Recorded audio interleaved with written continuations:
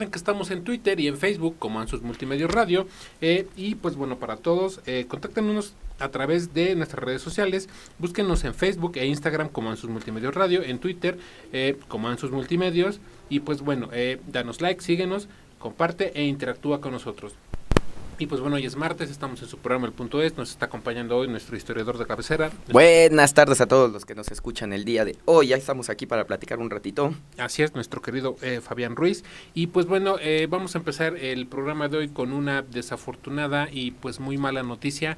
Hace aproximadamente 2 horas y hace 1 hora aproximadamente fue que se confirma como tal la muerte del comunicador Javier López Díaz. Pues yo creo que todos lo llegamos a escuchar en algún momento, ya fuéramos de Puebla sí, o no. Región Puebla y Tlaxcala, así es, Región Puebla y Tlaxcala.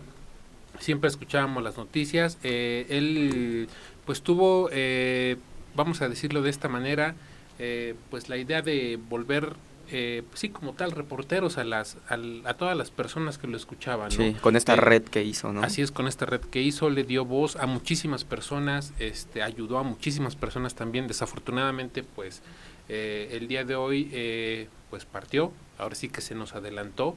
El más sincero pésame a toda la familia y sus colaboradores que, pues desafortunadamente acaban de perder a un muy buen comunicador.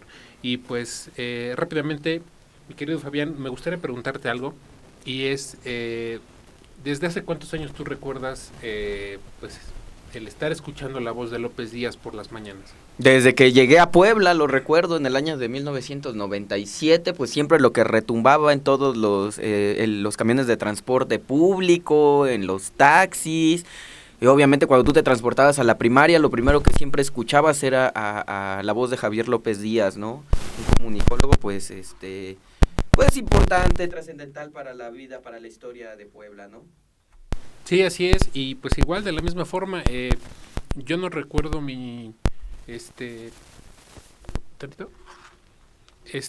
pues sí, de la misma forma, pues yo no recuerdo, ahora sí que los viajes ahora sí que de Tlaxcala hacia Puebla, debido a que yo no soy del estado, pues bueno, yo no recuerdo una mañana sin escucharlo, ya sea en el transporte público o a través de la radio, ya sea de el coche de mi padre o de mi madre, o también estando en la casa, en algún momento sintonizando alguna estación de radio.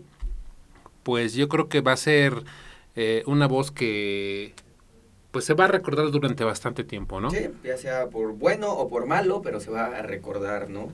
Así es. Y pues bueno, mi querido Fabián, hoy nos traes ahora sí que nos traes un tema bastante bueno. Yo estaba revisándolo por la mañana. Nos vas a hablar sobre Ricardo Flores Magón. Efectivamente, a propósito de que acabamos de conmemorar un año más el inicio de la Revolución Mexicana, ¿no? Como se tiene entendido que pues fue iniciado un 20 de noviembre de 1910, ¿no? Aunque hay muchos debates al respecto, pero pues es el día que se consolida el conocido como Plan de San Luis, ¿no? Ejecutado por Francisco I. Madero. Entonces, a propósito de eso, y a propósito de que justamente está cumpliendo 99 años de su aniversario luctuoso y que el próximo año cumplirá 100 años, pues vamos a traer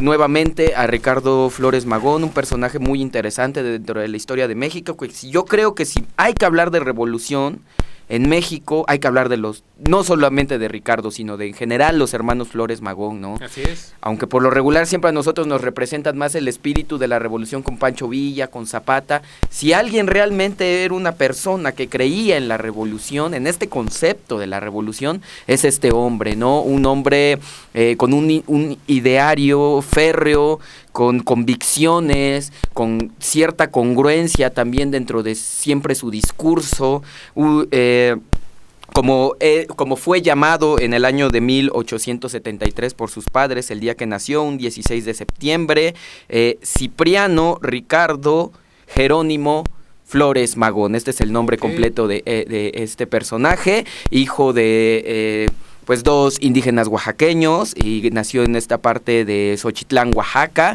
Es aquí donde él va a comenzar su vida junto con sus hermanos Jesús y Enrique, ¿no? Es por eso que hablaba también como de la representación de los Flores Magón como una familia, también se podría decir, ¿no? Aunque el más importante por todas las concepciones que tenía, pienso y considero que es el mismo Ricardo, ¿no? El Ricardo Flores Magón, junto con su hermano Enrique, se van a estudiar a la Ciudad de México hacia el año de 1880. Así es. Justamente se van a estudiar a la Escuela Nacional Preparatoria, esta escuela que fue cuna de grandes intelectuales, que es un gran legado del gobierno de Juárez y que fue consolidado justamente en la parte de Porfirio Díaz, con todo este concepto del positivismo, ¿no? Traído a México por el mismo Gavino Barrera. Entonces, con todos estos fundamentos es que Ricardo Flores Magón pues es educado, ¿no? Entonces vive en un contexto obviamente donde todas estas lecturas acerca del marxismo, acerca del anarquismo, acerca de todos estos movimientos sociales pues llegan al país, ¿no? Entonces él propiamente las toma y de ahí que él empieza con todos sus discursos, él empieza entonces con todos sus movimientos, ¿no?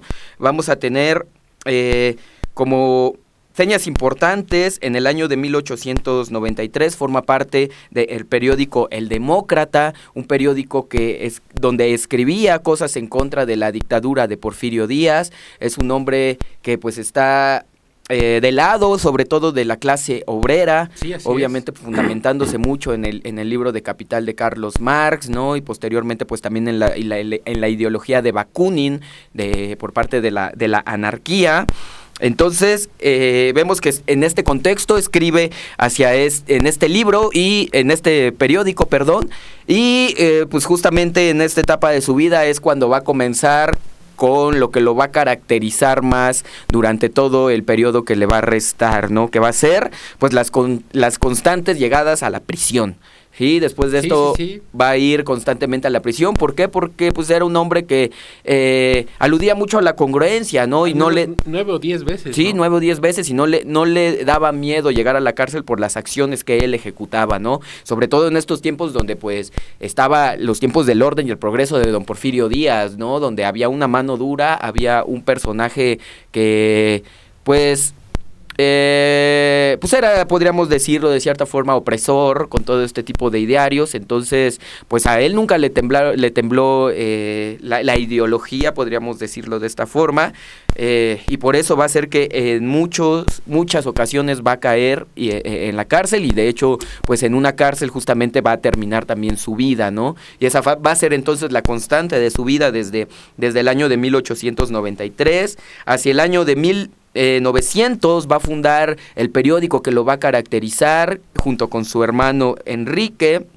que es el periódico Regeneración, ¿no? Este periódico que es muy importante, que también es un discurso en contra de la dictadura de Porfirio Díaz, donde expresa ideas acerca de la comunidad o ideas comunitarias, ideas liberales y sobre todo ideas anarquistas, ¿no? En esta parte de su vida es cuando empieza a hablar acerca del derecho de la revolución, que para él el concepto de la revolución es uno de como sus fundamentos de su propia vida, ¿no? Es un hombre que vive la revolución.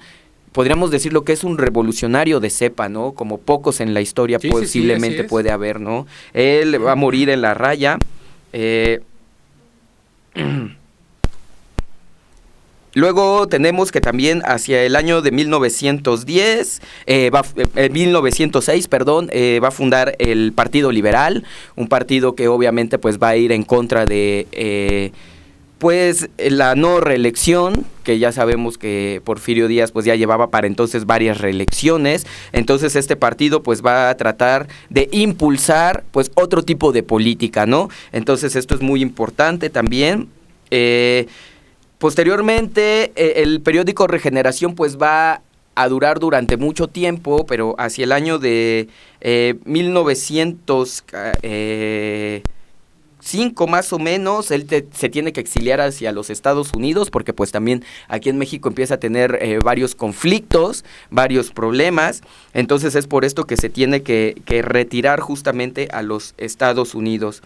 Él es un importante líder del periodismo crítico y contestatario, ¿no? Del periodismo crítico y contestatario, que obviamente pues retumbaba mucho en las grandes esferas de la nación, ¿no? Que pues no era un personaje que fuera muy querido. Hacia el año de 1905 se va a meter en problemas junto con su hermano Enrique, al momento que en un acto público de Porfirio Díaz, él se va a meter entre toda la gente y finalmente va a llegar a un edificio y van a colgar entonces una manta que dice: la Constitución ha muerto. Eso era lo que decía esta manta, un mensaje pues bastante duro, bastante crudo, que obviamente a Porfirio Díaz pues no le va a gustar para nada. Obviamente. Y obviamente pues otra vez va a terminar en la cárcel, ¿no? Se va a ir entonces a los Estados Unidos, va a estar también por Texas hacia el año de 1905 y ahí va a seguir editando el periódico Regeneración.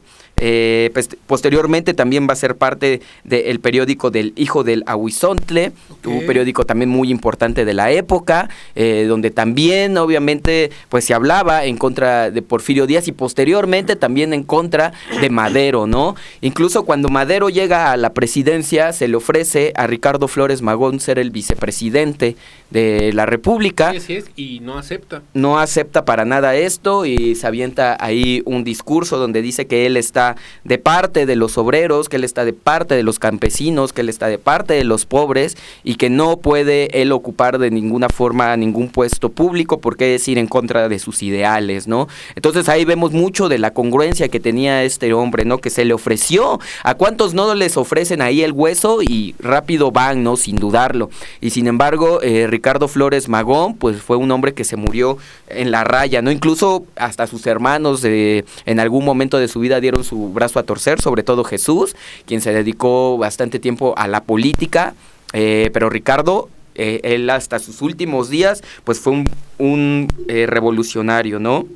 Así es, y una muerte un tanto trágica, ¿no? Claro que sí. Y de una forma, pues, un tanto también ya, pues, difícil, puesto que pues su salud no estaba pues, en las mejores condiciones y pues ya con los años que llevaba en esta prisión en Estados Unidos, así es, con ceguera y con muchas así cosas, así es, sufre ahí su muerte, ¿no? Otra de las cosas importantes que hizo junto con sus hermanos fue que casi al estallido de la Revolución Mexicana, él decide irse a esta parte del norte, sobre todo a Tecate, a Tijuana y a San Quintín, y aquí funda o trata de fundar un estado socialista, un estado también con muchas ideas anarquistas, ¿no? Entonces eso es algo como muy trascendental, que él mismo vaya y tomaron los pueblos, y entonces él estaba tratando de poner un gobierno con estas características, ¿no? Obviamente pues esto no va a funcionar al 100%, y el que en ese entonces pues estaba en el gobierno Madero, entonces manda a su ejército para que quitaran completamente estas ideas que él tenía y lo expulsaran de este territorio, ¿no? Entonces eso también es muy importante. También estuvo en contra de Carranza, cuando Carranza junto con los constitucionalistas llega en el año de 1914 a la presidencia, pues también Ricardo Flores Magón va a estar en contra de él.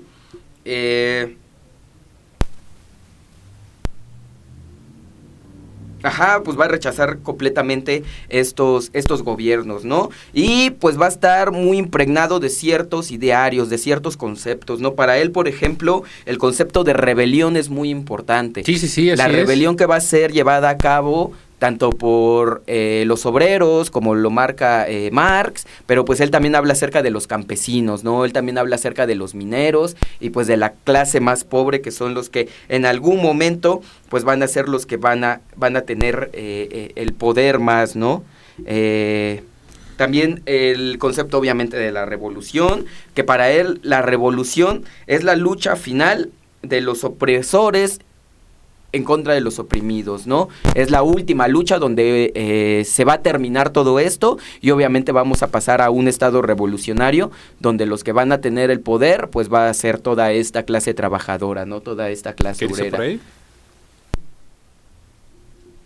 Uh-huh. ¿Qué dice? ¿Qué dice? Que sí se puede mover por ahí.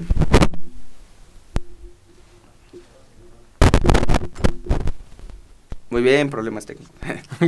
Así es. Oye, mira, bueno, rápidamente haciendo un paréntesis, me gustaría preguntarte, fíjate que yo leía un poco sobre este personaje y lo que tú nos comentas es, vamos a decirlo de esta manera, pues a grandes rasgos, pero detrás de su historia pues hubo bastante, sí, ¿no? Bastantes detalles, ¿no? Bastantes encuentros, por ejemplo, así rápidamente, una participación también bastante marcada con los ferrocarrileros, ¿no? De los cuales comentábamos en un programa anterior, sí, ¿no? claro. Por ejemplo, y es uno de estos personajes que, vamos a decirlo de esta manera, y me gustó mucho lo que comentabas al principio, que decíamos que cuando hablamos de revolución, regularmente nos remitimos a Pancho Villa, sí, claro, por ejemplo, no sí, sé, sí. al Centauro del Norte, Uh-huh. entre algunos otros personajes más, ¿no?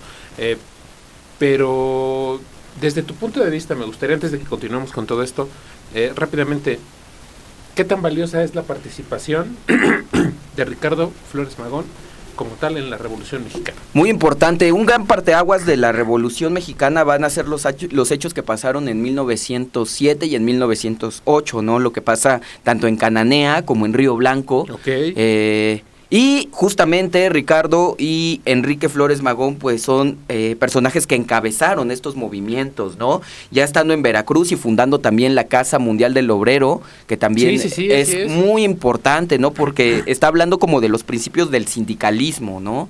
El principio de estas ideas de los hombres tienen derecho a 8 horas de trabajo, los niños no pueden trabajar, debe de haber un salario mínimo. Entonces él es precursor de todas estas ideas y a mí siempre me ha sonado como pues en la historia pues ha sido olvidado, ¿no? Ha sido relegado porque pues, obviamente es un personaje que ideológicamente a ningún gobierno le conviene retomarlo, ¿no? Porque sí tiene muchas ideas que son pues de vanguardia para su época, pero que también pues son pues muy contradictorias de la gran mayoría de los gobiernos, ¿no? Sobre todo estos gobiernos posrevolucionarios que mejor decidieron adoptar a Zapata, a Villa, que al mismo Ricardo Flores Magón, ¿no? Y a sus hermanos, que pues también fueron ávidos participantes de la Revolución Mexicana, no tal cual en la lucha armada, pero sí en la lucha ideológica, ¿no?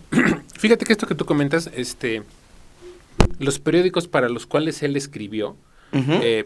pues obviamente era, no sé, en ese entonces el tema de la imprenta pues era el boom, ¿no? Era uno de los principales medios de comunicación que pues obviamente surtía de información a la, bueno, no puedo decir a la mayor parte de la población porque también había un tema de gente que no sabía leer, sí, claro, había mucho analfabetismo. Así es, había mucho analfabetismo y obviamente pues estos impresos iban a dar, vamos a decirlo de esta manera, a gente con determinado o de determinada posición social, uh-huh, ¿no? Sí, claro. Y es desde ahí que él empieza a mover determinadas opiniones, empieza a posicionarse en determinadas esferas, como dicho de esta manera, ¿no?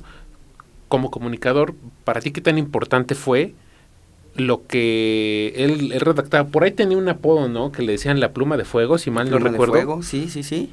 Efectivamente, por todo lo que redactaba y que aparte nunca dejó de escribir, ¿no? Inclusive ya en la última etapa de su vida, estando en la cárcel, él seguía escribiendo. El periódico Regeneración fue un periódico que duró muchos años pese a la represión y se seguía editando y se editaba en México y se editaba en Estados Unidos, pues dependiendo de dónde él estuviera, ¿no? Pero él seguía continuamente con estos escritos pues muy trascendentales, ¿no? A final de cuentas se va a meter en problemas por su misma su misma pluma, ¿no? Cuando redacta ¿qué podría decirse? Pues un estatuto acerca de la anarquía, pero a nivel internacional. Sí. Esto me imagino que llegó a todo el mundo.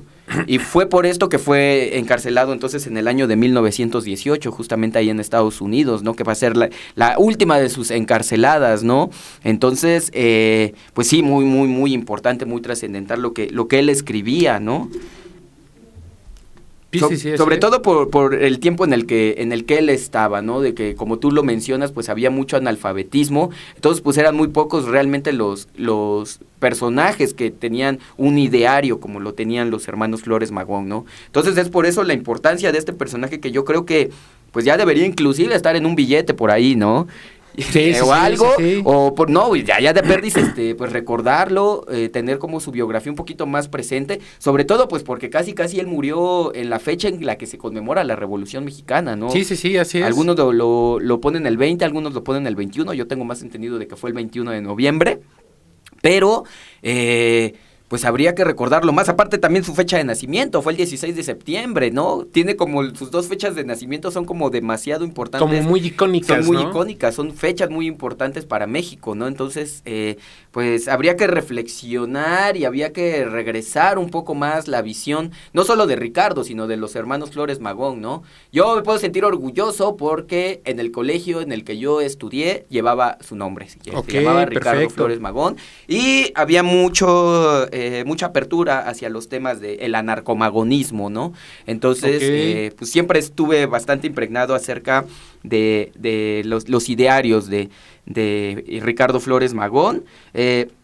Esta parte de el derecho a la revolución me suena mucho, ¿no? El hombre tiene derecho a la revolución y, como yo lo decía hace rato, pues es parte de sus conceptos. Esto de que la revolución es el final, donde los trabajadores, donde los campesinos van a poder liberarse del opresor y ellos van a ser los que van a tomar entonces el poder del mundo en general, ¿no? Y por otra parte también habla mucho del término de los explotados, ¿no? Para él, pues los explotados es algo que no debe de existir, es este pueblo, esta clase trabajadora que pues desafortunadamente pues son pues maltratados por todos los gobiernos, ¿no? No solamente por unos cuantos. Es por eso que él está en contra de todos los gobiernos. Está en contra de la dictadura de Porfirio Díaz, posteriormente también está en contra de Madero, de los pocos años que va a durar Madero, obviamente en contra de Victoriano Huerta, en esta etapa donde Victoriano Huerta llega a la presidencia, y cuando llega Carranza, pues también, ¿no? Porque todos estos hombres su único interés era, pues, tener el poder. Él realmente sí tenía un ideario de empoderar a la clase trabajadora, ¿no? Y fíjate que no por le ahí, interesaba. Así es, leía un dato curioso, ¿no? Que decía que mucho, ahora sí que, espero que la fuente de la cual me agarré sea fidedigna. Ya ves que de vez en cuando hay como ciertos baches en la historia, sí, claro, ¿no? Que mucho de esta ideología pues proviene de su niñez, ¿no? Sí, que sus padres. Que sus padres, ¿no? Fueron los que estuvieron en constante, vamos a decirlo así, mención de un par de frases, un par de dichos que decían todo es de todos, ¿no? Sí. ¿No? Y que eso fue que decía todo es de todos, el agua es para todos, la tierra es para todos, los bueyes son para todos, siempre teniendo esta idea, como lo decías tú, ¿no? Que ya después se fue asentando muy de la mano con el tema de lo que decías, del manifiesto del Partido Comunista, ¿no? Ajá, efectivamente. Así pues va a que tener mucho que ver, ¿no? Tiene mucha relación, pero pues sus padres hablaban pues como de estos principios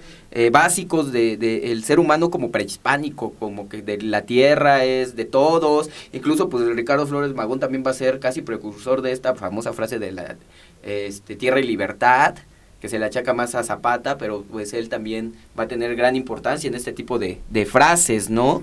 Entonces, pues es lo que conocemos, lo que sabemos acerca de él, como tú lo mencionas, pues él va a ser apresado en esta cárcel justamente en Kansas, ahí en Estados Unidos, en esta parte de Estados Unidos, y pues va a ser encarcelado desde el año de 1918, y pues a eso les digo, en la cárcel todavía él va a seguir escribiendo, le va a seguir escribiendo cartas a su novia, por ejemplo.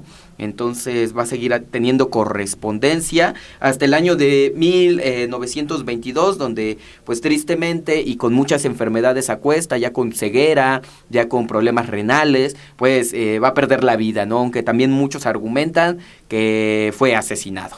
Y pues no está absolutamente para nada raro, ¿no? El pensar que fue asesinado. Se dice que, por ejemplo, bueno, yo leía, te comentaba, tío, espero la fuente de la cual me agarré sea bastante confiable, que a él se le ofrece también pues el chance de poder salir, ¿no? Sí, claro. Pero le piden que redacte una carta en donde él pide perdón. pide el perdón, ¿no? Y se niega, claro, como tal, ¿no? Sí. Ahora sí que por todos estos ideales que él ha venido persiguiendo durante tantos años, ¿no? Y por ahí yo leí una parte que decía, ¿no? Que él...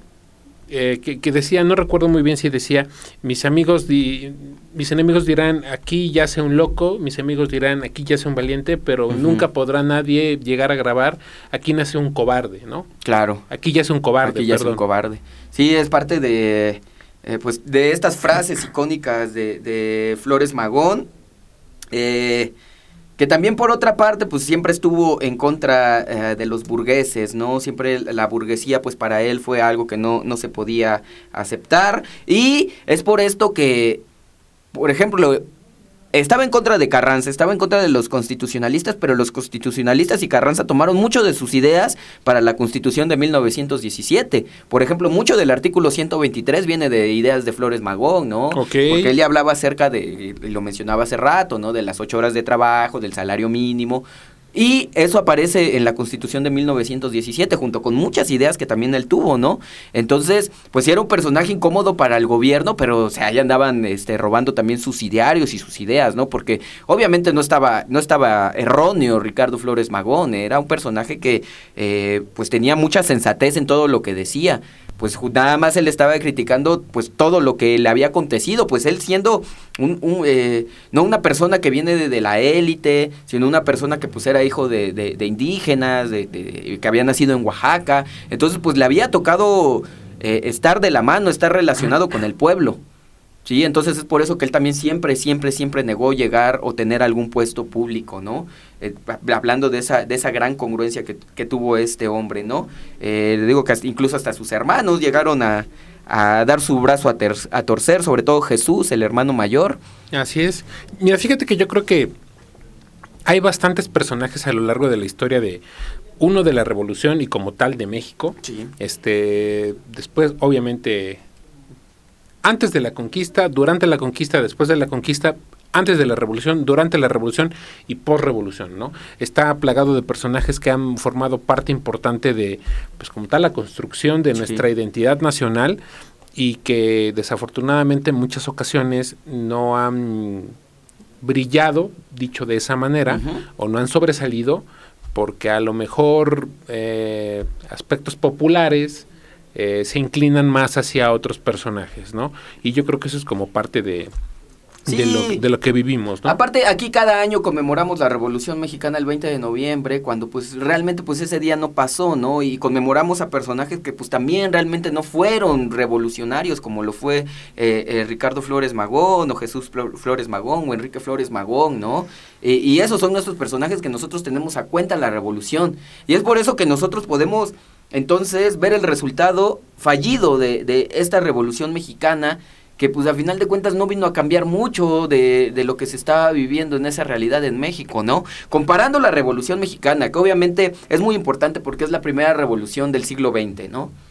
Pero si nosotros comparamos a la Revolución Mexicana con las revoluciones que ocurrieron en este mismo contexto, por ejemplo, la Revolución China, la Revolución Rusa, que van hacia 1917, 1918, pues por ejemplo, la Revolución Rusa, a final de cuentas hizo esta unificación de este gran Estado-nación conocida como la URSS, ¿no? La Unión de Repúblicas Socialistas Soviéticas, que son un montón de países que se hizo en un gran territorio, que a final de cuentas pues no va a funcionar, ¿no? En los 80s iba a caer todo este bloque socialista, pero sin embargo ese fue el resultado de la Revolución Rusa, ¿no? Por otra parte, el resultado de la Revolución China pues fue tirar todo este imperio de más de tantísimos siglos, ¿no? Que se tenía, por traer también pues toda la ideología de Mao Zedong y el socialismo, ¿no? Sí, así es. Entonces vemos esos dos cambios de esos dos países. Y aquí en México, ¿qué realmente fue lo que pasó después de la Revolución Mexicana? ¿Cuál fue el cambio? La Constitución de 1917, ¿acaso ese es el gran cambio de la Revolución Mexicana? Cuando a final de cuentas, después de la Constitución de 1917 todavía iban a seguir habiendo conflictos, todavía iban a seguir asesinando presidentes, ¿no? Todavía los presidentes iban a seguir siendo militares, hasta Plutarco Elías Calles, Lázaro Cárdenas. Entonces, pues es un proceso que aparte de que todavía va a durar muchísimo tiempo, para mí la Revolución Mexicana va a terminar hasta el 34, cuando llega Cárdenas a la presidencia, ¿no? Y el último resultado de la Revolución Mexicana va a ser la institucionalización del Partido Revolucionario Institucional. Ese es el gran resultado de la revolución en México. 70 años de opresión, 70 años de este partido que nos estuvo ahí molestando, como lo dicen algunos autores, con esta dictadura perfecta, ¿no? Aunque es bastante rebatible este concepto, pero pues ese es el resultado de la Revolución Mexicana. Así es. Ese es el triste resultado de la Revolución Mexicana, que lo acabamos de conmemorar y que seguimos todavía diciendo que fue el 20 de noviembre, cuando pues ahí en los anales de la historia, si nosotros observamos, pues no ocurrió nada, porque supuestamente si el movimiento de la Revolución Mexicana iba en contra de la dictadura de Porfirio Díaz, pues el primero que debía haber salido corriendo pues era Porfirio Díaz, ¿no? Y Porfirio Díaz todavía duró hasta 1911, bien tranquilo. Ironías de la vida. Ironías de la vida, ¿no? Entonces este tipo de personajes como Madero, como Carranza, como Huerta, como el mismo Plutarco Elías Calles, pues yo no creo que representen la revolución como lo representa Ricardo Flores Magón y sus hermanos, ¿no? Entonces sí habría que hacer una revalorización de este tipo de personajes. Es lo que yo creería, ¿no? Así es. Vamos a ir rápidamente a un pequeño corte musical.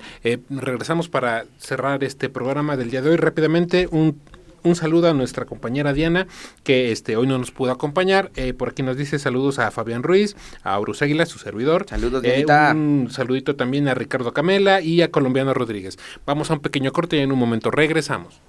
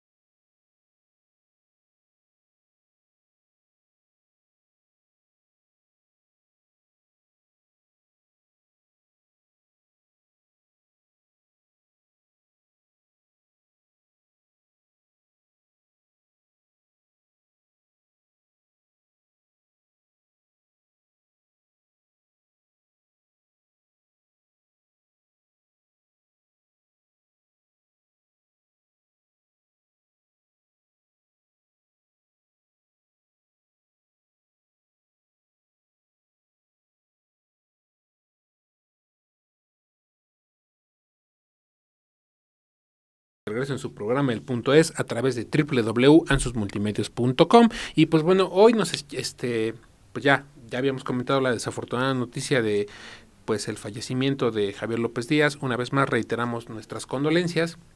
Y pues bueno, mi querido Fabián, pues ya estuvimos hablando de este personaje tan importante para la historia de México. Sí. Pero yo creo que también debemos comentar qué tan pendientes estamos los mexicanos de este tipo de festividades. Son un pretexto para no trabajar, son un pretexto para no ir a la escuela, y cuando caen en fin de semana, en verdad vamos con esa vamos a decirlo así, con esas ganas de en verdad pues marchar, si lo quieres ver así. No, y la mejor y la más contemporánea, que ahora el 20 se volvió un pretexto para el Buen Fin, por ejemplo. Sí, Siempre el puente del 20 de noviembre es igual al Buen Fin, ¿no? Entonces ahorita ya es el pretexto de todo esto, ¿no? Por ejemplo, tú que estás en el tema educativo. Sí. ¿Tú cómo ves ya sea a los jóvenes o a los adultos cuando se les habla de este tipo de temas? ¿En verdad los ves interesados? No. ¿O es como, pues ahora sí que espero no sonar cruel, es solamente cumplir el requisito? Pues es cumplir el requisito a final de cuentas, porque pues todavía estás en esta constante de que siguen confundiendo a los personajes de la independencia con los de la revolución, o a veces no saben qué pasó qué día. Por lo mismo, ¿no? Porque pues también la historia tiene muchos baches. Esto también de seguir argumentando que la revolución comenzó el 20 de noviembre, pues ya habría que cambiarlo, ¿no? Habría que hacer ahí una nueva redirección, porque pues yo creo que a final de cuentas muchos se dan cuenta que pues eso no fue algo que pasó, ¿no? Ahí nos los demarcan, pero pues no. Sí, es que fíjate que cuando te tomas el tiempo para indagar un poco, y con indagar no me refiero a que te pongas a hacer una super investigación, ¿no? Sino que te tomes un poco de tiempo para poder, pues sí, informarte un poco, ¿no?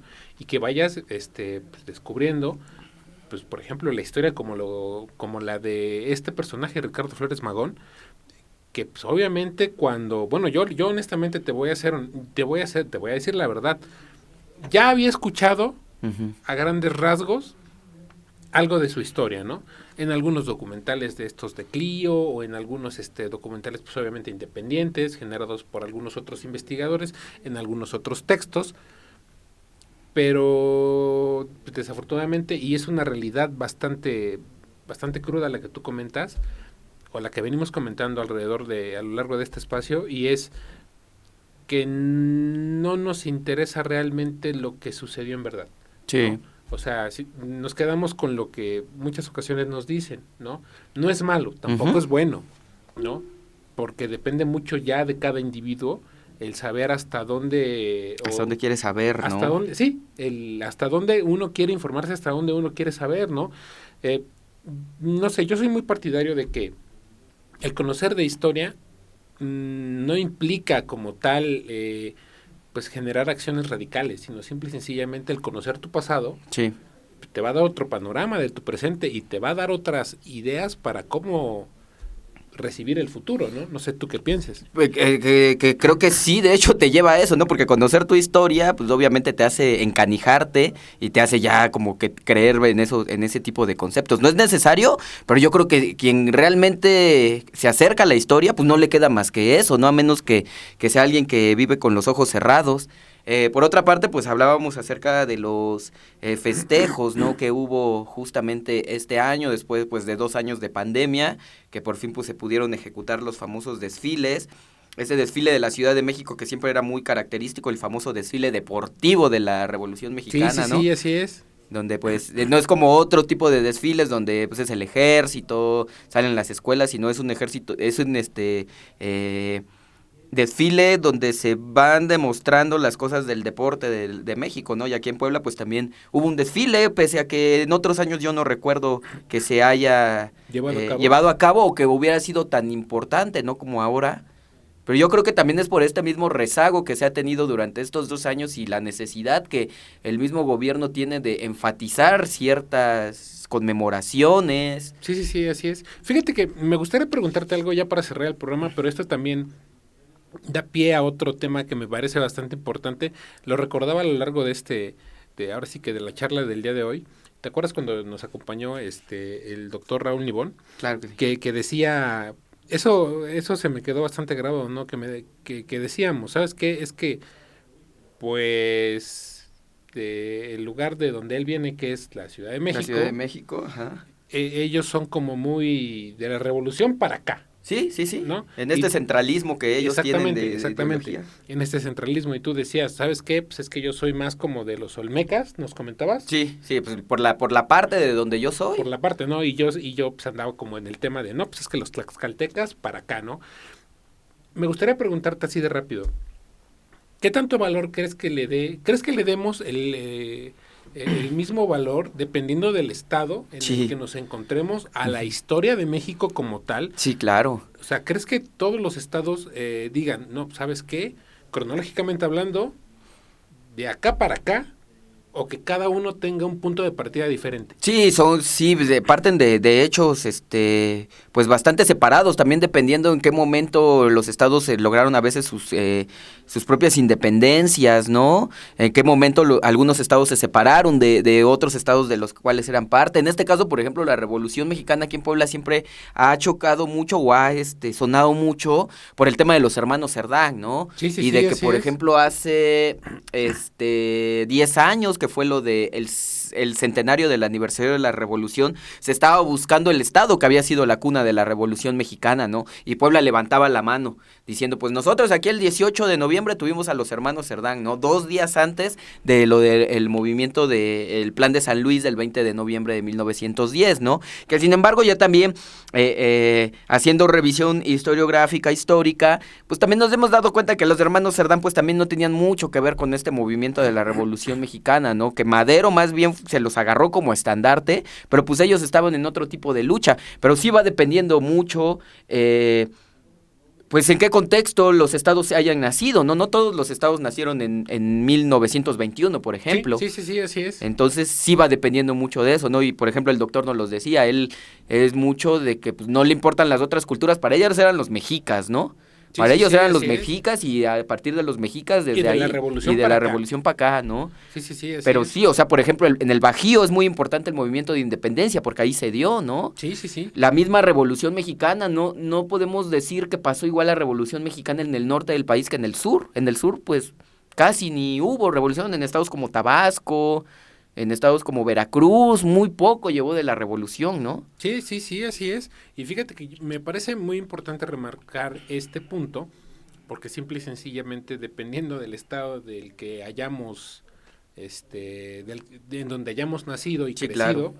Y obviamente pues, nos hayamos educado, vamos a tener contextos completamente diferentes. Y quizás será por eso, no sé, es una idea muy personal, que a lo mejor acunamos a diferentes personajes de la revolución. Héroes, podríamos y decirlo los vemos así. como héroes. Por ejemplo, yo veía un meme hace rato que me dejó pensando bastante, ¿no? Que decía, había una fotografía del Centauro del Norte y decía, ¿cómo puede ser posible que llamen héroe a este hombre con cara de